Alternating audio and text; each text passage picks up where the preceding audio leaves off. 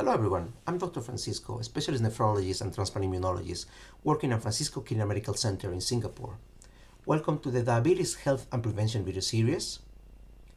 Today is part 3, How does your body process sugar? I hope you enjoy it.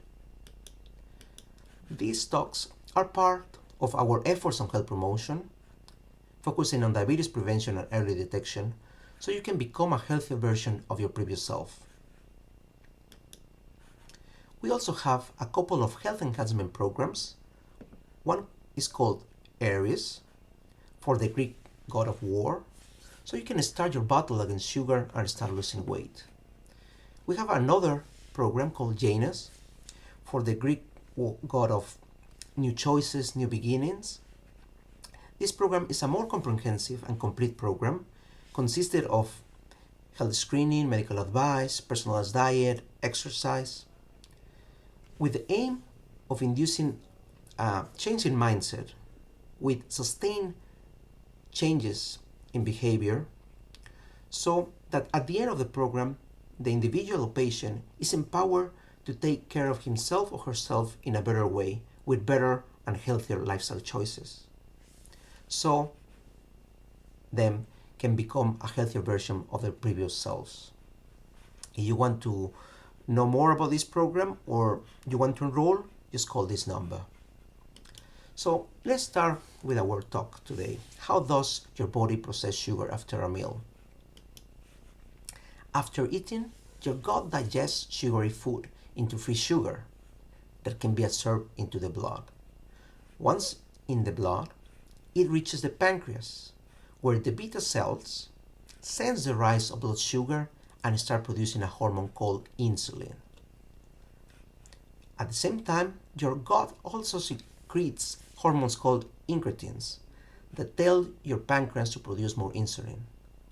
So the effect of lowering the sugar is enhanced, because insulin allows the sugar in the blood to enter inside the body cells, where the sugar is the fuel for all the work processes of your body. Let's see that pictorically, so to be easy to understand. Once the sugar raises in your blood, your pancreas senses that and produces insulin. In the liver, the insulin allows the sugar to be converted into a molecule called glycogen. That is a way the sugar is stored for future use. But other cells, like the muscles or fat cells, also called adipocytes, they also take the sugar and they store it or they use it for their functioning. So the sugar level is well maintained in normal levels. This is the incretin effect. Remember, I mentioned those hormones. After eating, the gut produces these hormones, which have the effect of inducing insulin production on the beta cells, but also shut down the production of another hormone called glucagon from the alpha cells that has opposite effects to insulin, as you will see in a while. So let's see what are the actions of insulin that are produced by the beta cells. As I mentioned, in the muscle, they induce the uptake of sugar. In the liver, as I mentioned, they induce the production of glycogen, means the sugar is stored as glycogen for future use, but also insulin makes the liver to stop production of sugar, to avoid excess of sugar in the blood. In the fat cells or adipose tissue, the production of free fatty acids is shut down, the sugar is uptake into the cells, and production of fat inside the cells, lipids inside the cells, is induced, so for future use. But if there is an excess of blood or in the excess of sugar in the blood, it gets stored as fat. So that's why you can put on weight if you eat constantly sugary food or drinks. But why the sugar has to be tightly regulated in the blood? I already mentioned that in previous talks, especially that because high sugar is toxic for many organs. That's one side of the equation. But another one is to avoid hypoglycemia, because some organs, especially the brain, depend on adequate sugar levels to work, and brain is a vital organ. The brain doesn't require insulin to uptake the sugar, so just free sugar can be transported into the brain for its functioning. But if the sugar goes low, so the brain is starved, and that's very dangerous. So that's why these two hormones mainly regulate the sugar into very tight levels. So how does your body maintain blood sugar during fasting? When the sugar goes low in fasting, those low levels stimulate the production of glucagon by alpha cells. The glucagon allows the release of stored sugar from the liver to enter the blood, but there are also other hormones that participate and help glucagon in this process. Let's see that in a diagram so it's easy to understand.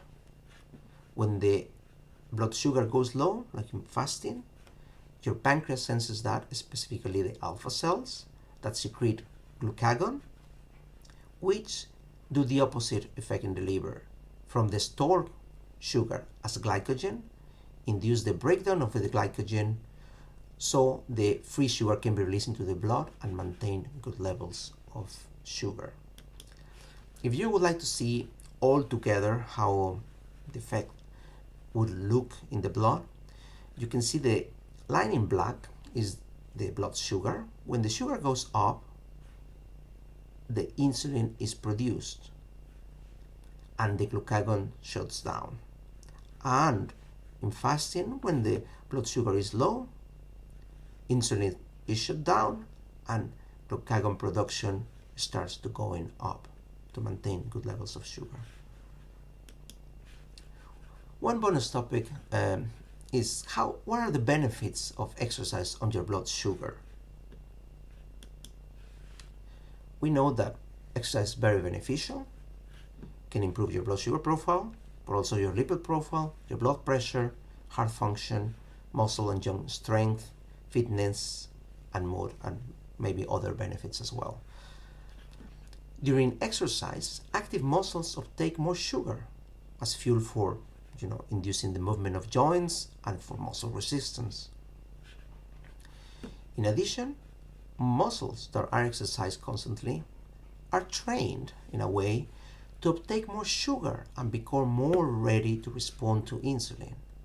So that improves sugar utilization and what is also called insulin sensitivity. So the cells are more responsive to insulin, more responsive to uptake more sugar when raises in the blood.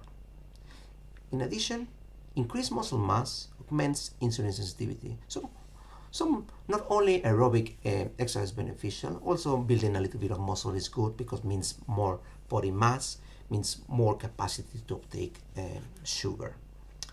So I hope this was useful. Please subscribe to our YouTube channel, give us thumbs up.